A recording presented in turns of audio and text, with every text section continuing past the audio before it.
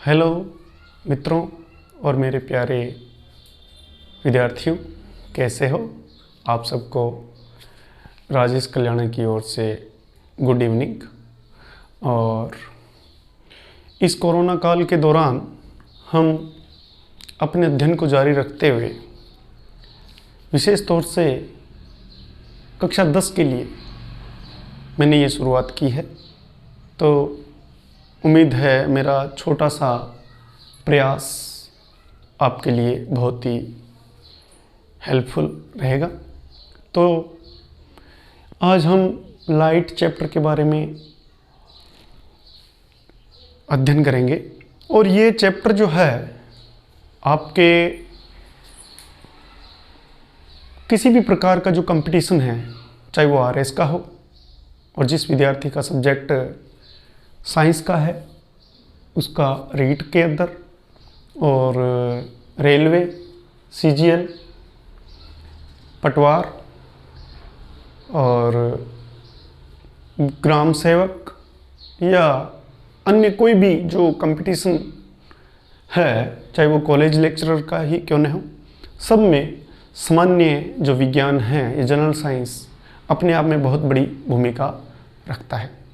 तो ज़्यादा वक्त को ज़ाया न करते हुए हम आज चैप्टर लाइट प्रकाश के बारे में अध्ययन करेंगे। और मेरी ये कोशिश रहेगी विद्यार्थियों और मेरे मित्रों कि इस चैप्टर को हम बहुत सारे पार्ट में करेंगे। मेरे जो वीडियो होंगे वो सिर्फ 10 से 15 मिनट के होंगे, जिससे आपको पढ़ने में किसी प्रकार की कोई दिक्कत भी नहीं होगी, क्योंकि ज़्यादा लंबा वीडियो बनाने से बच्चे बोर हो जाते हैं। और मेरा जो मैटर होगा, जो कंटेंट होगा, वो आपको ज़्यादा से ज़्यादा प्रोवाइड करवाने की प्रयास ट्राई रहेगा मेरा। और मैं चाहता हूँ कि आपको जब मेरा वीडियो देखो तो किताब पढ़ने की भी ज़रूरत नहीं पड़े। लेकिन आप लोगों से एक गुजारिश रहेगी कि आप जब भी मेरा वीडियो देखो, आप कॉपी और पेन अपना लेके बैठें और जो भी आपको लगे कि ये इम्पोर्टेंट है उनका आप स्क्रीनशॉट ले लें और अपनी कॉपियों में नोट डाउन करें। तो ठीक है, आज का हम अध्ययन जारी करते हुए प्रकाश के बारे में हम बात करें तो पहले हम इसके गुणों के बारे में अध्ययन करते हैं कि प्रकाश के गुण क्या क्या है, इसकी प्रॉपर्टीज़ क्या क्या होगी। तो देखिएगा, इसमें बात करते हैं कि प्रकाश का सबसे बड़ा जो स्रोत होता है वो है सूर्य। सूर्य अगर नहीं होता तो हमें कोई भी वस्तु जो है दिखाई नहीं दे सकती। हमारी आंखों में ऐसी कैपेसिटी नहीं है कि हम किसी भी वस्तु को अंधेरे में देख सकें। ठीक है, तो प्रकाश हमें जो वस्तु दिखाई देती है वो इस हिसाब से दिखाई देती है कि पहले जो प्रकाश है, प्रकाश की किरणें उस वस्तु पर गिरती हैं और वस्तु पर गिरने के बाद परावर्तित होके वो हमारी आंखों पर आती है, आंखों के अंदर गिरती है। आंखों में उस वस्तु का एक प्रतिबिंब, आभासी प्रतिबिंब बनता है और उसके बाद में हमें वो वस्तु दिखाई देती है।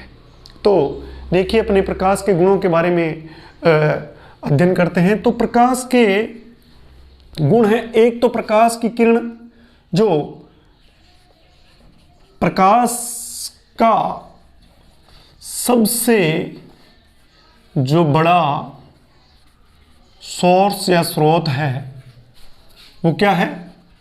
सूर्य है। ठीक है जी। और सूर्य के प्रकाश के हम किरण की ही इसमें ज़्यादातर बात करेंगे। ठीक है, प्रकाश की किरण के गमन के बारे में, उसकी वेलोसिटी के बारे में, वेग के बारे में, उसकी तरंगदैर्ध्य के बारे में और उसके आयाम के बारे में, उसकी आवृत्ति फ्रीक्वेंसी के बारे में। तो ये हम प्रकाश की किरण के जो अलग अलग जो गुण हैं उनके बारे में इस चैप्टर में विस्तृत रूप से अध्ययन करेंगे। दूसरा इसका गुण है कि प्रकाश की जो किरण है, प्रकाश की किरण है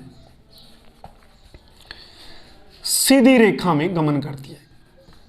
सीधी रेखा में गमन को बोलते हैं ऋजु रेखीय गमन। सीधी रेखा में गमन को बोलते हैं ऋजु रेखीय गमन। प्रकाश की किरण सीधी रेखा में गमन करती है। ठीक है जी। उसके बाद में देखिएगा, अगर ये सीधी रेखा में गमन करती है तो इसके अंतर्गत छाया बनती है। जब प्रकाश की किरण के रास्ते में कोई वस्तु पड़ी रहती है तो प्रकाश की किरण, अगर वो पारदर्शी है तब तो वो प्रकाश की किरण उसके अंदर से इंजेक्ट कर जाती है, लेकिन अगर वस्तु जो है अपारदर्शी है तो उतने भाग तक प्रकाश की किरणें उसको पार नहीं कर सकती, उसके किनारों से प्रकाश की किरणें पार कर जाती हैं और दूसरी ओर उसका प्रतिबिंब या उसकी छाया बनती है, जिसके आपके उदाहरण हैं इसके अंतर्गत कि एक तो आपका सूर्य ग्रहण होता है, सूर्य ग्रहण, ठीक है जी, और दूसरा होता है चंद्र ग्रहण, सीधी रेखा में गमन करने के जो एग्जाम्पल है। तीसरा छाया का बनना, छाया का बनना होता है। ठीक है। अब सूर्य ग्रहण की बात करें तो आपको पता है सूर्य के बीच में, सूर्य ग्रहण में सूर्य के बीच में चंद्रमा आ जाता है, मून आ जाता है। S for sun, M for moon और E फॉर अर्थ। जब ग्रहण का मतलब किसी के सामने आना, तो सूर्य के सामने कौन आ गया? मून आ गया। जब सूर्य के सामने मून आ गया तो कौन सा होगा? ये होगा सूर्य को क्या लग गया? ग्रहण लग गया, सूर्य ग्रहण हो गया। इसी प्रकार चंद्र ग्रहण में क्या होता है कि सूर्य और चंद्रमा के बीच में पृथ्वी आ जाती है, अर्थ आ जाती है, तो हम कहते हैं कि चंद्र ग्रहण हो गया। तो ये जो चीजें हैं, सूरज के रास्ते के अंदर मून आया तो उतनी जगह तक धरती के ऊपर एक धब्बा बन जाता है, उतनी जगह तक धरती पर एक प्रकाश नहीं होता, तो उसको क्या कहते हैं हम कि सूर्य ग्रहण। और जब चंद्र ग्रहण होता है तो क्या नहीं दिखाई देता? चंद्रमा दिखाई नहीं देता। तो ग्रहण किस पर लग गया? अब चंद्रमा पर। तो इस प्रकार इसके ये उदाहरण है प्रकाश की किरण का सीधी रेखा में गमन। ठीक है। एक्सरे भी इसी के अंतर्गत आता है। हमारे शरीर का एक्सरे भी इसी, हड्डियां जो होती है प्रकाश की किरणों को पार नहीं कर सकती और बाकी जगह को, मांस को पार कर सकती है। तो जगह जहां पर प्रकाश की किरणें पार नहीं करती वहां पे काला रंग आ जाता है, तो हमें एक्सरे दिखाई देता है। लेकिन जहां पे हड्डी क्रैकिंग है वहां से प्रकाश की किरणें एक्सरे पार कर जाती है, तो वहां पे हमें काला रंग दिखाई देता है और डॉक्टर देख के बताता है कि यहां से हड्डी क्रैक है। तो नेक्स्ट हम बात करते हैं कि प्रकाश का जो रंग है वो 7 रंगों से मिलकर बना है। प्रकाश जो है, प्रकाश जो किरण है वो कितने रंगों से मिलकर बनी है? 7 रंगों से मिलकर बनी है। और इन 7 रंगों को मिलाकर एक रंग बनता है जिसको बोलते हैं श्वेत वर्ण, या इसको बोलते हैं एक वर्णी प्रकाश। एक वर्णी प्रकाश बोलते हैं, एक वर्णी प्रकाश। अब प्रकाश का जो हमें दिखाई दे रहा है उसका कोई रंग नहीं दिखाई देता हमें, तो जब सातों के सातों रंग ही मिल जाते हैं तो ये दिखाई नहीं देता। और एक श्वेत और सफेद में फर्क है। ठीक है। तो ये श्वेत रंग कहलाता है, मोनोक्रोमेटिक लाइट। ठीक है। तो प्रकाश 7 रंगों से मिलकर क्या होता है? बना होता है। प्रकाश 7 रंगों से मिलकर बना होता है। ठीक है, 7 रंगों से मिलकर बना होता है। और अब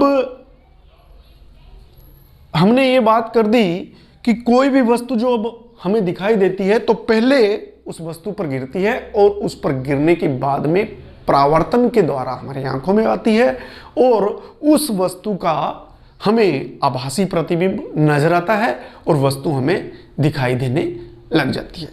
उसके बाद में हम बात करेंगे कि प्रकाश की ड्वल नेचर होती है। प्रकाश किरण की क्या होती है?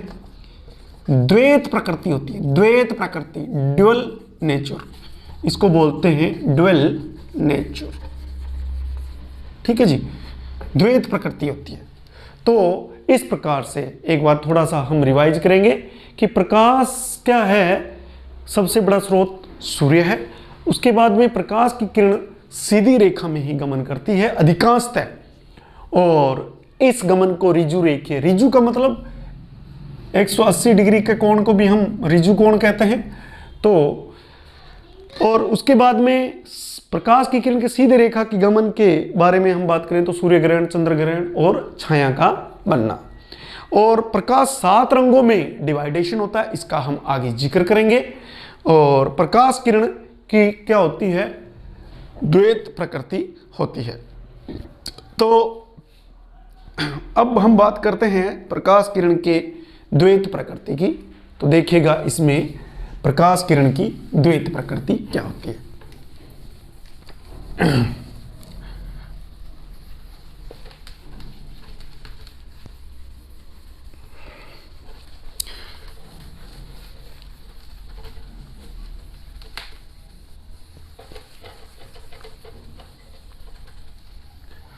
तो देखिए आगे हम इसको करते हैं प्रकाश किरण की द्वैत प्रकृति। तो द्वैत प्रकृति में अगर बात करें हम कि प्रकाश किरण की द्वैत प्रकृति ड्यूअल नेचर है, तो द्वैत प्रकृति का मतलब 2 प्रकृतियां प्रकाश किरण की होती है। प्रकाश की किरण तरंग की भांति भी व्यवहार करती है और प्रकाश की किरण कण की भांति भी व्यवहार करती है। तो देखिए एक बहुत ही पतली, अगर हम बहुत ही पतली पन्नी का कोई कागज का ले सकते हैं, एक फैन बनाएं, पंखुड़ियां बनाएं और उस पर इरेज लाइट के पुंज को अगर उस पर गिराएं तो उसमें गति हो जाती है, उसमें गति होती है। ठीक है, तो वो किसकी तरह, अब गति किसकी होती है और उसमें वो पंखा चला क्यों, उसमें मूवमेंट कैसे हुआ कि ऐसे लगा जैसे कि पत्थर उस पर मारा गया। तो प्रकाश के अंदर छोटे छोटे कण होते हैं। प्रकाश के क्या होते हैं, अगर मैं इसको इस टाइप से देखूं कि ये सन है, कि इसमें प्रकाश की किरण में छोटे छोटे छोटे छोटे क्या होते हैं, कण होते हैं इस टाइप से। और इन छोटे छोटे कणों को, इन छोटे छोटे पार्टिकल्स को क्या बोलते हैं, फोटोन कहते हैं। इन छोटे छोटे कणों को क्या कहते हैं, फोटोन कहते हैं। इन छोटे कणों को आप लोग जब भी सुबह सुबह जैसे घरों के अंदर रोशनदान से जैसे ही प्रकाश की किरण आती है तो हमें कभी कभी ये अनुभव होता है कि उसके अंदर मिट्टी के या धूल के कण जिग-जैग मोशन कर रहे हैं, उड़ रहे हैं। ठीक है, तो वो प्रकाश के जो है किरण के गुण हैं कि प्रकाश की किरण क्वांटीकृत होती है, यानी कि प्रकाश की इसमें कणीय प्रकृति को दर्शा रहा है। लेकिन ये तरंग की भांति आगे की ओर गमन भी कर रही है। जैसे एक पानी की तरंग आगे की ओर जाती है, लहर आगे की ओर जाती है, तो उस प्रकार ये गमन भी कर रही है। तो इसका मतलब क्या हो गया, प्रकाश की क्या होगी, 2 प्रकृतियां होगी। एक तो होगी कणीय और दूसरी कौन सी होगी, तरंगीय। तो देखो इसमें इनको फोटोन कहा गया, इनको फोटोन कहा गया, फोटोन, फोटोन्स, या इनका दूसरा नाम है क्वांटा। ठीक है, तो क्वांटा यानी कि ये प्रकाश की किरण छोटे छोटे छोटे छोटे कणों से मिलकर बनी होती है। इसको क्वांटीकृत भी हम कहते हैं कि प्रकाश की किरण छोटे छोटे कणों से मिलकर बनी है, क्वांटीकृत होती है। इसके अंदर जो डी ब्रोगली ने एक एक mc², ये डी ब्रोगली समीकरण दी थी तरंग दैर्ध्य के बारे में। यहाँ पे E का मतलब इसमें एनर्जी भी होती है, और प्लांक ने E बराबर इसमें h न्यू दिया। h का मतलब प्लांक नियतांक है, E4 यहाँ पे ऊर्जा या एनर्जी है, और न्यू 4 क्या है, यहाँ पे फ्रीक्वेंसी है। ठीक है, अगर हम न्यू की बात करें तो ये C/λ। C यहाँ पे निर्वात में प्रकाश की चाल है। निर्वात में क्या है, प्रकाश की चाल। तो निर्वात में प्रकाश की जो चाल है वो 3 × 10⁸ मीटर प्रति सेकंड होती है। ठीक है, 1 सेकंड में इतना मीटर। अगर इसको किलोमीटर में डिवाइड करें तो लगभग ये 3 लाख किलोमीटर प्रति सेकंड। 1 सेकंड में प्रकाश की जो किरण है वो 3 लाख किलोमीटर गमन करती है। इतनी स्पीड से ये जाती है। और कहां पे, वैक्यूम में, यानी कि निर्वात में, निर्वात के अंदर, जहां पे वात नहीं है, हवा नहीं होती।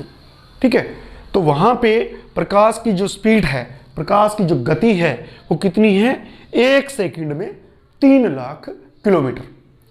तो हम यहां पे h न्यू C/λ, यहां पे प्रकाश की तरंग दैर्ध्य है, लंबाई है। प्रकाश किरणों के अंदर भी सबसे छोटी इकाई, लंबाई की सबसे छोटी इकाइयां हम यहां पे प्रयोग करते हैं, जिसको हम तरंग दैर्ध्य कहते हैं। तो लैम्डा यहां पे तरंग दैर्ध्य है। अगर मैं यहां पे लिखूं कि E क्या है, तो यहां पे E है एनर्जी, यहां पे E ऊर्जा होती है जिसका मात्रक जूल होता है, और यहां पे M जो होता है वो मास होता है जिसको बोलते हैं द्रव्यमान। ठीक है, और उसके बाद में अगर हम बात करें H प्लांक कांस्टेंट होता है, प्लांक कांस्टेंट। ठीक है, प्लांक ने ये दिया था, यानी कि प्लांक इसको बोलते हैं, प्लांक नियतांक भी इसको हम बोल सकते हैं। उसके बाद में यहाँ पे है C का मतलब है प्रकाश का वेग, वेलोसिटी ऑफ लाइट, प्रकाश का वेग। ठीक है जी। और लैम्डा क्या है, तरंग दैर्ध्य की लंबाई, वेवलेंथ जिसको बोलते हैं, तरंग दैर्ध्य की लंबाई। ठीक है, इसको एंगस्ट्रॉम में नापेंगे हम। तो ये सारी चीजें इसके अंतर्गत आती है। उम्मीद है आपको थोड़ा बहुत इसके बारे में समझ में आया होगा। अब देखते हैं, हम बात करते हैं थोड़ा सा इसको और विस्तृत रूप में। तो आप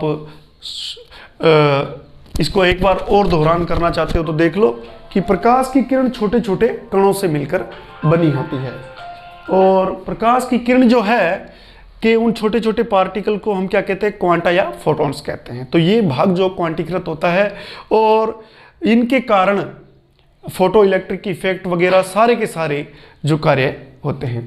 तो जो इसका द्वैत प्रकृति का जो नेक्स्ट एक्सप्लेनेशन है वो हम नेक्स्ट वीडियो में करेंगे। तो ठीक है, आज के लिए इतना ही बहुत है। धन्यवाद। जय भारत, जय हिंद, नमस्कार मित्रों।